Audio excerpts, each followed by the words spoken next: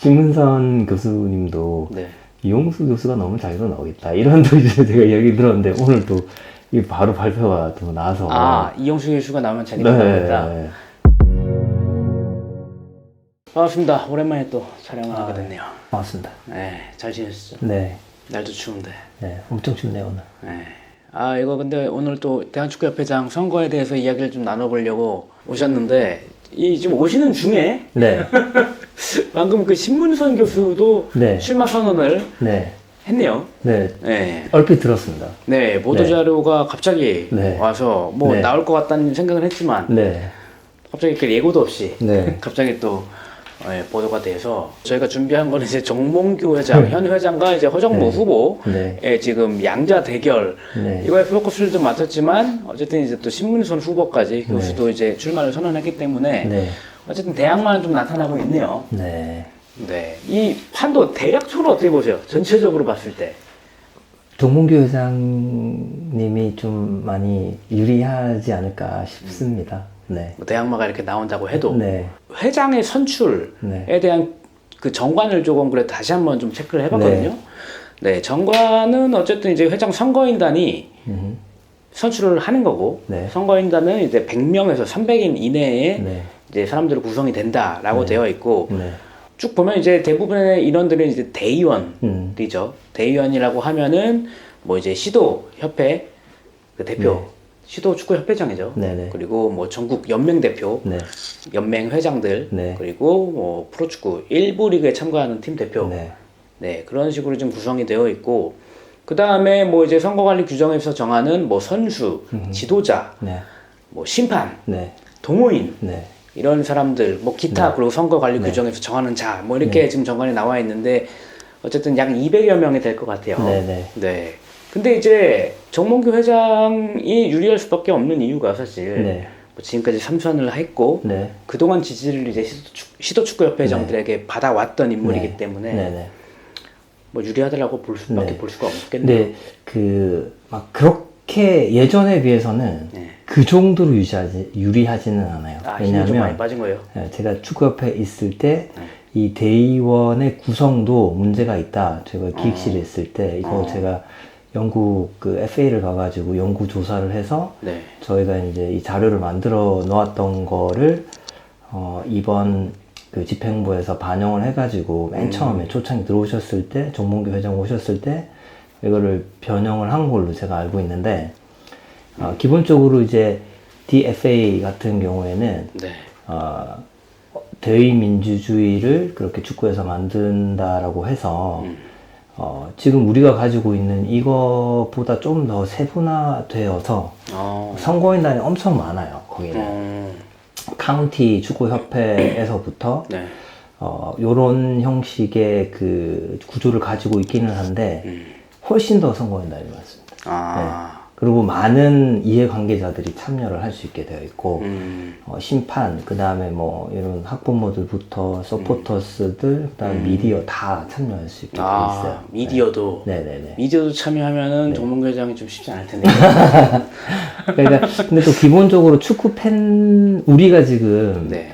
정몽규 회장 같은 경우에는 여론이 너무 안 좋잖아요. 근데 그거는 팬들의 네. 적인 거고 네. 이 축구협회는 네. 축구인들이 등록되어 있는 축구인들이 모인 단체잖아요. 그쵸. 그 사람들을 위한 단체고 네. 그 축구인들의 여론이 중요한 거죠. 그쵸. 투표를 해줄 사람들이. 네. 그래서 지금 현재 팬들의 여론과 네. 이 축구인들 우리가 등록해서 정말 참여하고 있고 엘리트도 하고 또 동호인들도 있을 거고 네. 거기에 참여해 있는 사람들의 그 의지가 중요해요. 정몽규 회장이 4선에 이제 도전하겠다라는 게 이제 지난주 금요일쯤 이제 밝혀졌고 이제 어제였죠. 12월 2일에 연임 신청을 네. 이제 했는데 네. 사실 이제 그 전에 지난달에 이제 허정무 전 이사장은 이제 출마 선언을 했고 기자회견도 했고요. 그렇다면 이제 정몽규 회장도 좀 따져봤을 거 아니에요. 이 전 3선 할 때는 이제 대항마가 없었고 단독 후보였고, 근데 이번에는 조금 이번에도 단독 후보가 될 것 같기도 하다는 생각을 분명히 했을 텐데 대항마가 나온 거고 그렇기 때문에 좀 표 가치를 좀 따져봤을 거 아니야. 이게 진짜 가능성이 있는 게임이면 나오는 거고 네. 쉽지 않을 것 같고 좀 낙선될 가능성이 크다고 하면 안 나왔을 네. 텐데 네. 가능성이 있으니까 나왔을 거 아니에요. 그렇죠. 가능성이 적진 않죠. 좀 더 많죠. 그죠. 다른 사람도. 왜냐하면 이제 조직, 선거는 좀 다르잖아요. 그죠? 네. 예, 선거랑 일반 여론이랑은 다른 것 같은데, 그죠. 기본적으로 조직, 그 다음에 또 이제 자금의 능력, 그 다음에 이제 또 그런 부분들, 인프라가 네. 아무래도 현직, 그 다음에 또 축구, 어떻게 보면은 프로축구단을 되게 오래 운영했잖아요. 네. 그런 부분들도 크게 작용을 할 거고, 기여한 바가 또 있으니, 그런 부분에서 다른 후보들하고는 차이가 많이 나겠죠. 일단 지금 신문선 네. 그 교수는 네. 방금 이제 네. 출마를 선언했기 때문에 네. 아직은 뭐 네. 번외로 하고 일단 네. 정몽규 회장과 허정무 네. 전 네. 이사장의 그 대결 구도로 네. 봤을 때 네. 기업인과 축구인 네. 이렇게도 나눌 수 있겠네요. 네, 맞습니다. 그렇게 따지면 이제 네. 뭐 아까 말씀하셨지만 자금 조달 능력, 네, 네, 다양한 이제 뭐 선수, 뭐 지도자 네. 그리고 행정까지 두루 경험이 네. 있는 축구인 뭐 이런 네. 또 구분을 할 수 있겠는데 네. 사실 지금 허정무 전 이사장이 좀 약점으로 네. 지적받고 있는 게 그런 말씀드렸듯이 자금 조직인 능력. 거죠. 그러니까 네. 자금이 필요한 거는 딴 게 아니라 조직을 움직이기 위해서. 아 그쵸. 네. 왜냐면 선거운동을 하러 다니려면 네. 누구를 만나야 되고, 힘이 있어야지. 그 다음에 또 자발적으로 이렇게 해주면 좋겠는데, 네. 또 같이 이렇게 선거운동을 하는 자발적인 조직도 있을 거예요. 근데 네. 또 그렇지 않은 조직들도 분명히 있을 그쵸. 거니까. 그들을 움직이려면은 네, 그렇죠. 또 자금이 필요하고. 그게 크죠. 근데 그 기업인 회장과 네. 또 이 허정무 또 이제 후보하고는 네. 차이가 거기서 좀 나겠죠. 근데 네. 또 허정무 그 후보가 네. 기자회견 때 이런 말을 했습니다. 또 네.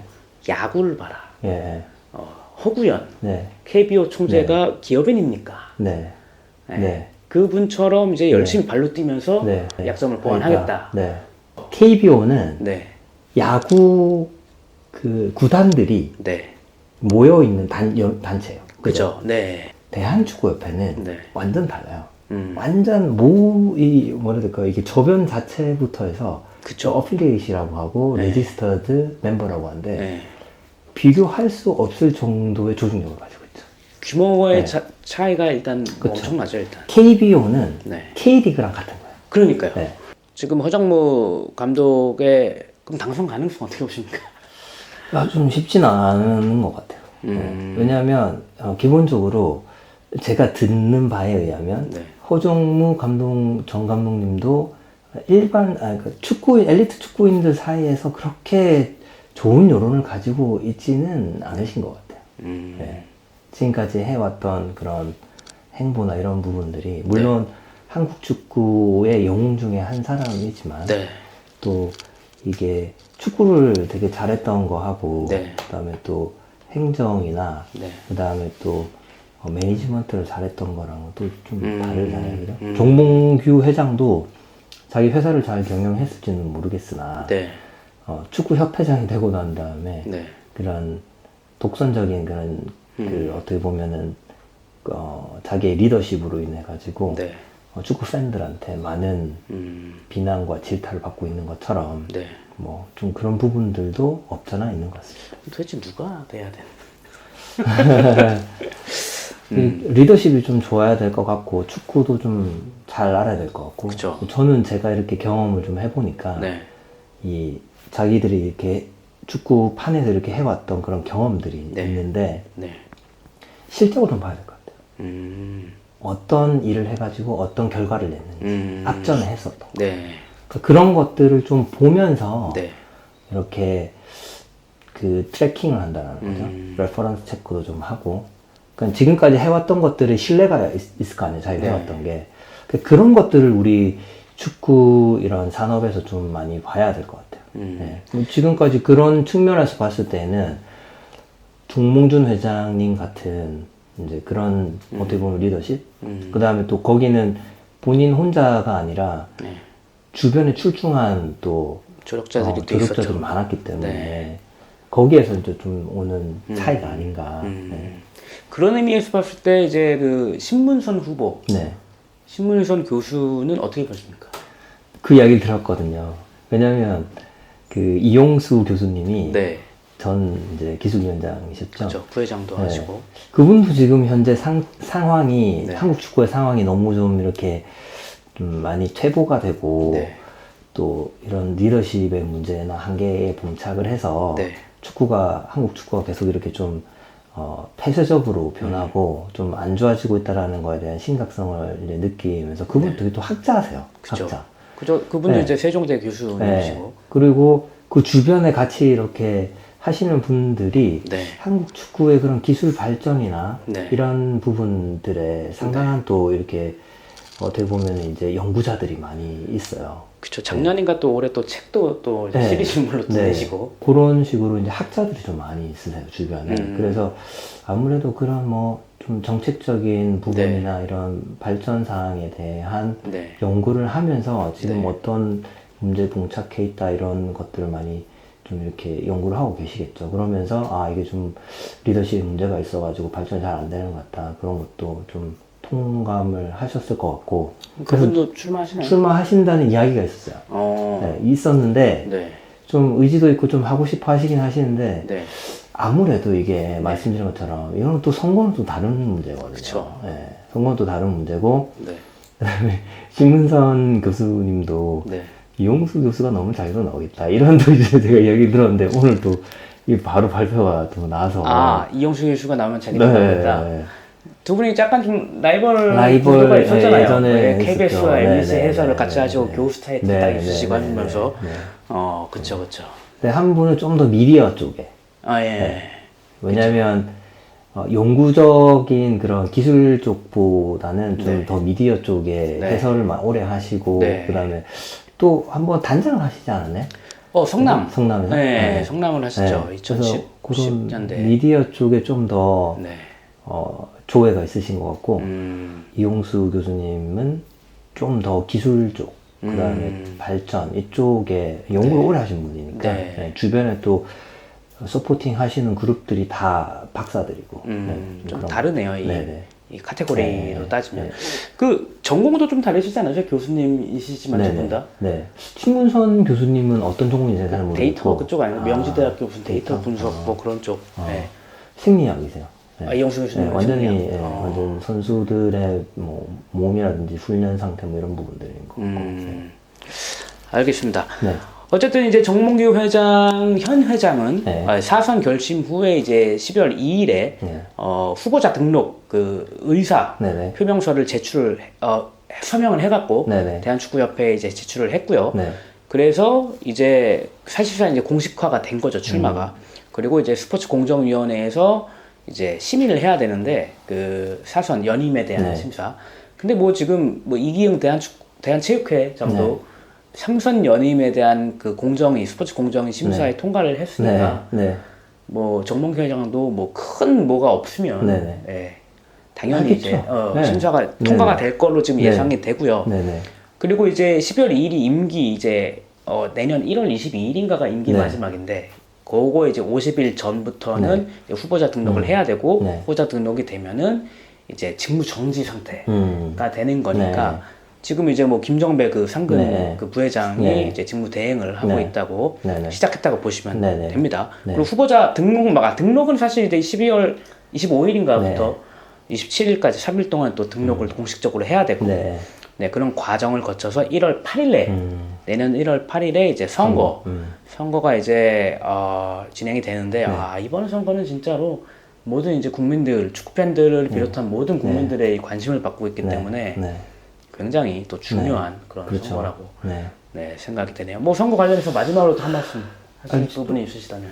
진짜 누가 되실지는 잘 모르겠는데 아무래도 뭐 지금 현재 기득권 가지고 있는 네.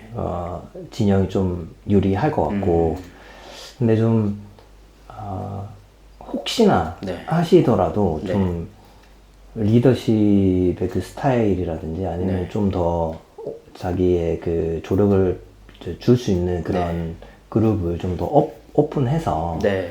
이제 지금 제가 알기로는 이 마지막 4년을 하고 정리를 할 거다라고 공언을 하시는 것 같아요. 왜냐하면 이제 천한 그런 네. 부분들도 있고 네. 그걸 좀 마무리를 본인이 하고 싶어 하시는 것 같더라고요. 그래서 여튼 뭐 4년 내에 모든 게 다 정리가 될 거니까 네. 그런 부분들은. 근데 그거하고 여튼 뭐 지금 여러 가지 문제 많았었는데 또 국민들이나 그다음에 축구 팬들이 어마어마한 질타를 많이 했잖아요. 네. 그러니까 그런 부분들을 좀 해서 잘 수렴해가지고 네. 이번 계기로 좀 네. 새로운 리더십이 돼서 마지막 4년을 좀 만약에 하시면 네. 잘 좀 했으면 좋겠다. 그 네. 다음에 혹시나 또 다른 분들이 네. 축구협회 회장이 됐다. 네. 그러면 뭐 지금까지 있었던 그런 좀 닫혀져 있던 그런 리더십 좀 오픈해가지고 네. 좀 여러 방향에서 좀 좋은 그 의견이나 이런 정책들 많이 이렇게 펼칠 수 있도록 그렇게 했으면 좋겠다. 그런 생각입니다. 네, 어쨌든 누가 되든 네네. 네, 좀 새로운, 좀 네. 더 이제 변화가 필요하고 네. 개선될 수 있는 네네. 그런 축구협회가 됐으면 좋겠습니다. 아유, 오늘 감사합니다. 네.